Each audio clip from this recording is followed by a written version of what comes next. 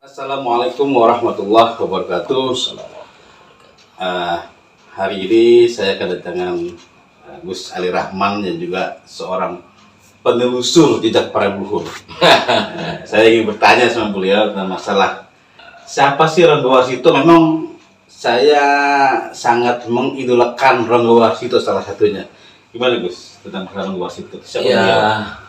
Saya pikir semua sudah banyak paham lah tentang siapa beliau ya.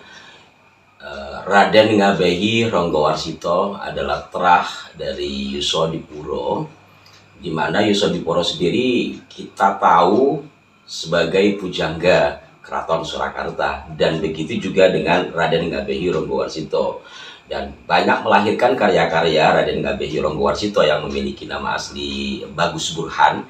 Banyak karya-karya yang fenomenal dan sampai saat ini tidak bosan-bosan orang untuk membacanya. Bahkan diantaranya seolah-olah itu dikesankan menjadi semacam ramalan, dalam tanda petik ramalan abadi tentang perjalanan bangsa ini, dengan yang sangat dikenal itu adalah Serat Kalatida. Maka nanti ada ada masa Kalabuntu, masa apa itu yang banyak dibaca dan dibahas di berbagai media tentang Ngabehi Ronggo Warsito. Tentang bagaimana beliau menempa ilmu agaknya kurang banyak mendapat perhatian ya. Nah itu kan beliau punya guru Ki Hasan Besari. Iya, beliau di masa mudanya, di masa remajanya oleh sang ayah memang dipondokkan lah gitu terhadap Kiai Hasan Besari, atau lebih dikenali biasanya pakai logat Jawa Hasan Besari gitu ya. Di sana kalau kita membaca beberapa naskah tentang kehidupan pribadi beliau, sebenarnya bandel beliau di pesantrennya Kiai Hasan Besari di Tegalsari ya, di Tegalsari, satu pondok yang sangat fenomenal ya, karena di sana juga menempa banyak para pejuang, diantaranya adalah Pangeran Diponegoro juga di sana. Kemudian kalau saya pernah ke Yang Santri, ternyata Yang Santri juga pernah di sana. Artinya Ki Bagus Burhan atau Raden Ngabehi Ronggo Warsito ditempa di sana, walaupun dalam catatan sejarah ketika di sana beliau dikenal sebagai santri bandel atau santri beling.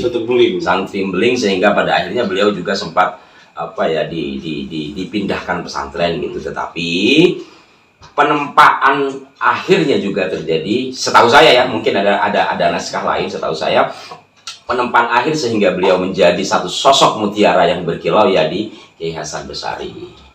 Dan apa hubungannya beliau dengan tasawuf? Ada? Saya pikir ada ya. Karena begini, pertama kita melihat dari karya-karya sastra beliau itu kan sufistik, walaupun nanti orang banyak menilainya secara mistik, kan tergantung persepsi orang menilai.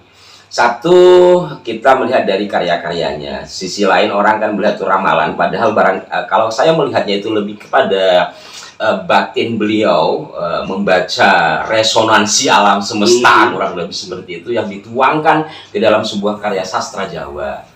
Tuh. Kedua, siapa sih yang tidak kenal Kiai Hasan Besari sebagai mursyid Thariqah Safariyah? Kan begitu. Berarti otomatis muridnya juga pasti memungkinkan lah kayak jenengan umpamanya pernah mondok di Jombang. Kiainya ahli fikih, ahli tasawuf atau ahli apa, umumnya kan tetap akan ke bawah muridnya.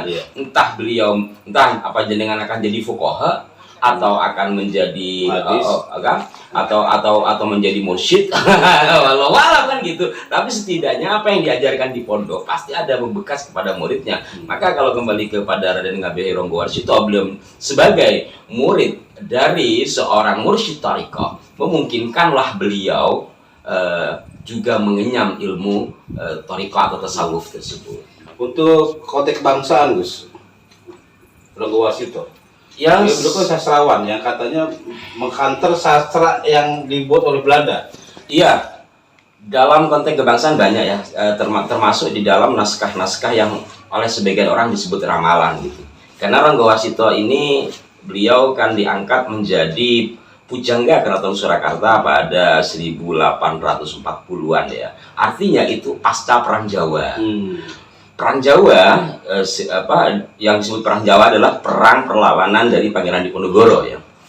1825 hingga 1830. Di masa itu kan masa-masa getirnya masyarakat Indonesia, bil khusus Jawa, di mana penindasan dilakukan oleh bangsa Belanda dan juga bangsa pribumi yang kerjasama dengan Belanda. Disinilah kan pergulatan batin dari seorang Ronggowarsito, yang saya yakin beliau juga seorang yang batinnya terasah secara tasawuf dalam menulis naskah-naskah, sehingga ada salah satu naskah beliau itu yang oleh sebagian orang dianggap sebagai dalam tanda petik ramalan menuju Indonesia merdeka. Nah, kalau kaitannya dengan tadi meluruskan naskah-naskah dekaden istilah Kiai Gus Yoto, memang pasca perang Diponegoro itu banyak medsos kalau istilah sekarang.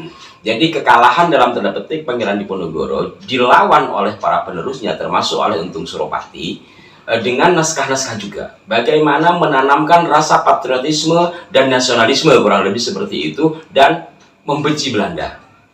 Artinya bahwa kita jangan berpihak kepada Belanda, sehingga penerus dari Pangeran Diponegoro juga membuat syair-syair, tembang gitu untuk menumbuhkan semangat perjuangan. Tidak kalah, Belanda juga membuat dengan menggunakan tangan orang-orang Jawa beberapa naskah, seperti umpamanya naskah Gatulucu dan Darmu Gandul, kemudian ada lagi Sabdo Palon ya kalau tidak salah. Bahkan di antara naskah-naskah itu juga ada yang mengejek Ki Hasan Basari sebagai guru dari Ronggowarsito sendiri. Maka adalah hal kewajaran bagi seorang sastrawan untuk meluruskan hal tersebut. Tentu karena tembang pasti akan dilawan dengan tembang.